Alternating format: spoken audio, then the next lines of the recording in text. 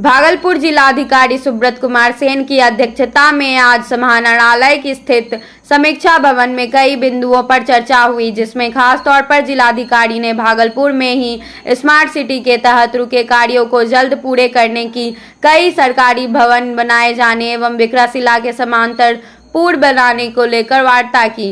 उन्होंने कहा, विक्रमशिला पुल के समांतर पुल बनाने वाले कार्यों में बारिश के चलते काम बाधित है। जैसे कि बारिश समाप्त होती है, यह काम जोर शोर से प्रारंभ हो जाएगा। वहीं उन्होंने कहा, नवगछिया, भागलपुर एवं कहलगांव में कई ऐसे भवन तैयार होंगे जिससे अत्याधुनिक सुविधाओं से लैंस का विभाग काम करेगा, जिससे लोगों को काम कराने में काफ़ी सुविधा होगी। साथ ही साथ उन्होंने भागलपुर में चल रहे स्मार्ट सिटी के तहत कार्य को जल्द पूरा करने का भी निर्देश देते हुए दिखे। टेक्निकल जो कमेटी तकनीकी पदाधिकारियों के साथ हम लोगों की बैठक थी, तो जो भी बड़ी योजनाएं चल रही हैं ज़िले में उस पर बात हुई है। ग्रामीण कार्य विभाग की जो ग्रामीण सड़कें होती हैं, तो जो सड़क जर्जर हो गई है उसमें निविदा वगैरह भी संपन्न हो गया है, जो तीनों डिवीज़न है। और जैसे ही बारिश समाप्त होगा तो उसके बाद उनकी मरम्मती का काम और जो कुछ बड़े प्रोजेक्ट्स हैं वो भी टेंडर के स्टेज में है। इसके अतिरिक्त पुल निर्माण निगम का जैसे भोलानाथ पुल का कार्य शुरू हो गया है, जो इलेक्ट्रिसिटी यूटिलिटी शिफ्टिंग वगैरह का होता है।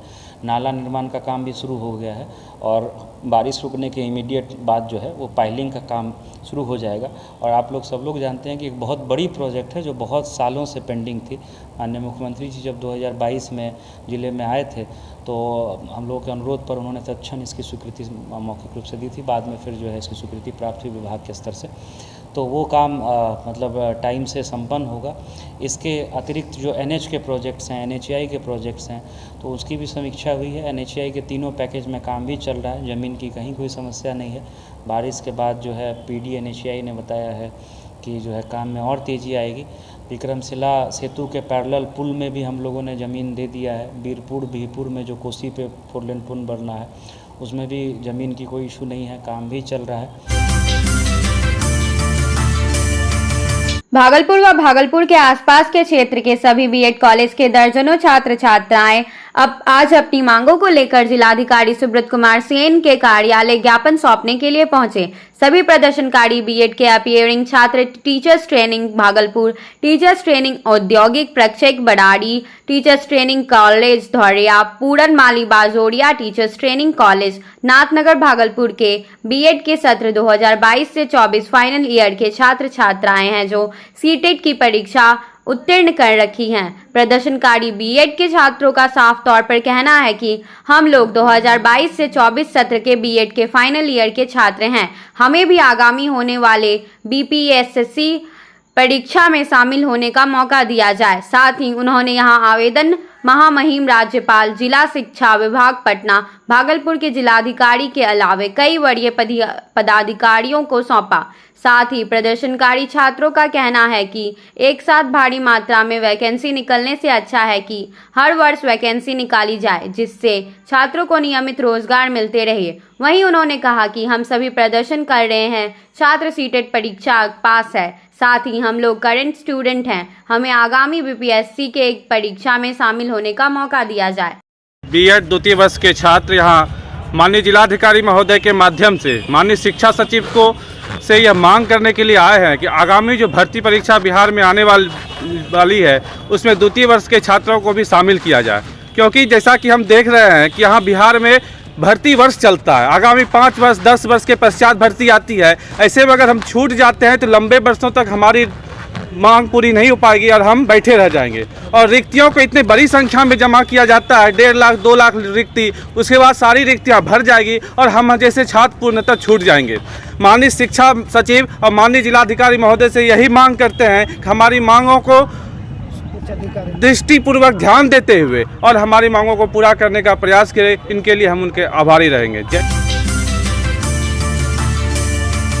तिलका मांझी भागलपुर विश्वविद्यालय में छात्र छात्राओं के द्वारा चल रहे लगातार आंदोलन को खत्म करने और छात्रों के समस्याओं को दूर करने के लिए कुलपति के द्वारा 22 जुलाई 2023 से सप्ताह के हर एक शनिवार को छात्र दरबार की शुरुआत की गई, जिसके तहत आज 11वीं छात्र दरबार का आयोजन किया गया। इस दौरान कुलपति के साथ साथ पूर्वी क्षेत्र के पुलिस उप महानिरीक्षक विवेकानंद के द्वारा छात्र छात्राओं को डिग्री सहित मार्कशीट दी गई।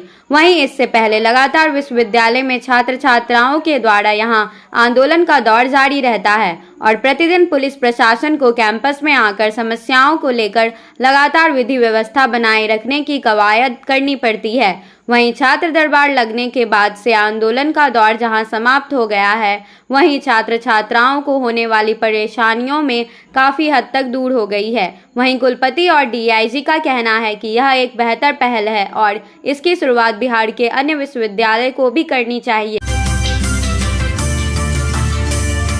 भारतीय जनता पार्टी के युवा मोर्चा के बिहार प्रदेश अध्यक्ष भारतेंदु मिश्रा आज भागलपुर पहुंचे। उनका यह आगमन बिहार प्रदेश अध्यक्ष बनने के बाद पहली बार है। हालांकि भारतेंदु मिश्रा भागलपुर के ही रहने वाले हैं। भारतीय जनता पार्टी के युवा मोर्चा बिहार प्रदेश अध्यक्ष भारतेंदु मिश्रा का भागलपुर की धरती पर आगमन के बाद कार्यकर्ताओं द्वारा फूल माला पहनाकर एवं अंग वस्त्र देकर भव्य स्वागत किया गया। उसके बाद प्रदेश अध्यक्ष भारतेंदु मिश्र ने अपना संबोधन दिया। अपने संबोधन में उन्होंने बिहार सरकार की नाकामी पर जमकर बरसे। साथ ही उन्होंने कहा कि संगठन को मजबूत बनाना है और बीजेपी कमल को इस बार भारी बहुमत से खिलाना है।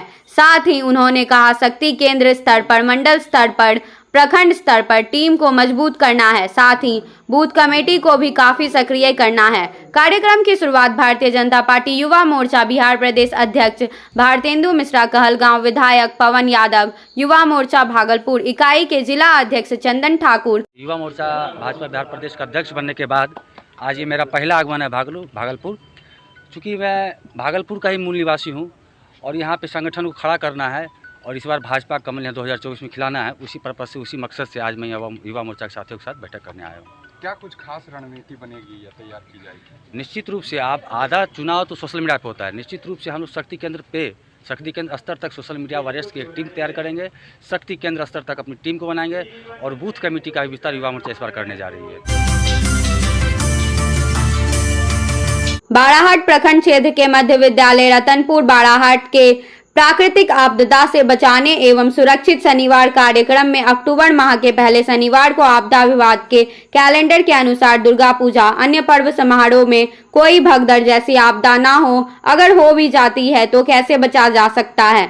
विद्यालय छात्र एवं छात्राओं को उत्क्रमित मध्य विद्यालय रतनपुर बाड़ाहाट से प्रधानाध्यापक दिवाकर रजक के भगदड़ की घटना ना हो, उसके न्यूनीकरण की दिशा में सतर्कता, सावधानी, अनुशासन और सबसे बड़ी बात धैर्य को कैसे बनाएंगे।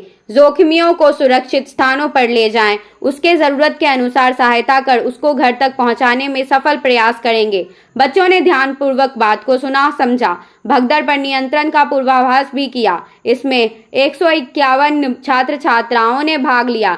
रसोईया उषा, आशा, केकई के साथ सहयोगी शिक्षक, फोकल शिक्षक सुनील कुमार, रमेश कुमार ने भी अपना सहभागिता निभाई।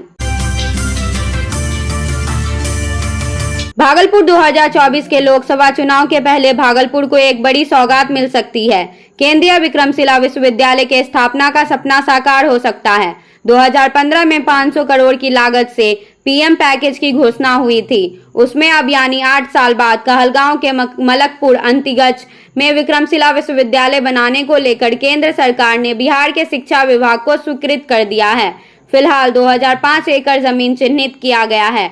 जिला प्रशासन भागलपुर डिटेल प्लान बनाकर शिक्षा विभाग के माध्यम से केंद्र सरकार को भेजेगी। आशंका है कि उक्त मसले पर श्रेय लेने का होड़ मचेगी और केंद्र बनाम राज्य यानी एनडीए बनाम इंडिया की हवा से मामला खटाई पर जाएगा।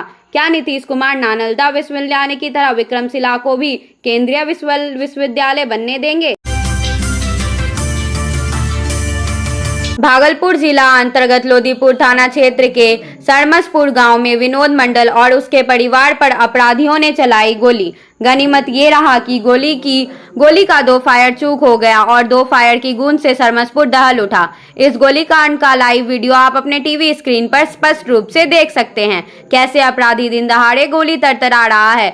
गोली चलाने वाला अपराधी वीरेंद्र मंडल उर्फ हग्गा अपने ननिहाल सरमसपुर में ही रहता है, जबकि उसकी पुश्तैनी घर रमतुल्लापुर नाथनगर बताया जा रहा है।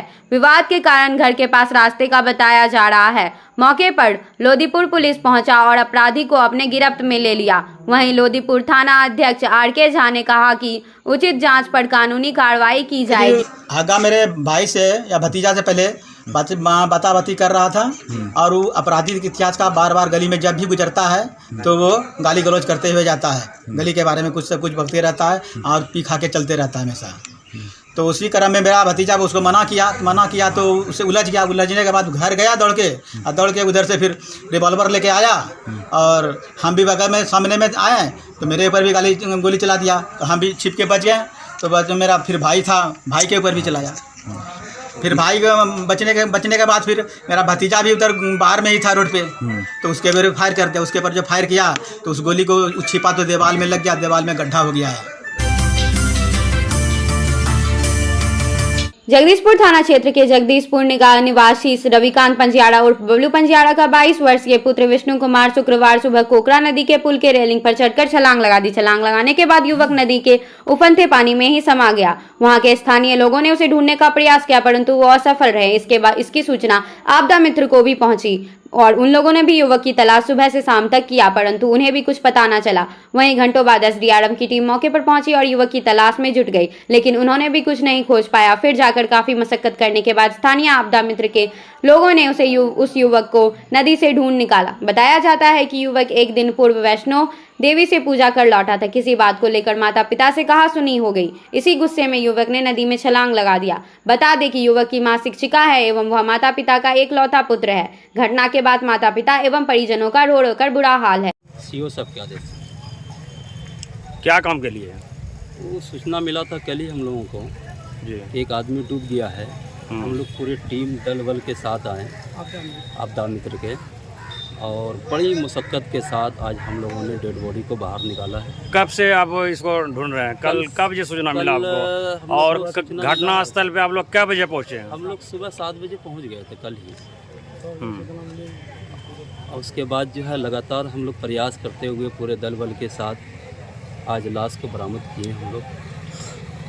आज कहाँ पे बरामद किया लाश को? हम लोग कोकरा नदी के वो जो पुल है ना पटरी वाला, रेलवे पटरी वाला, वहाँ पे हम लोग लाश का बरामद किया।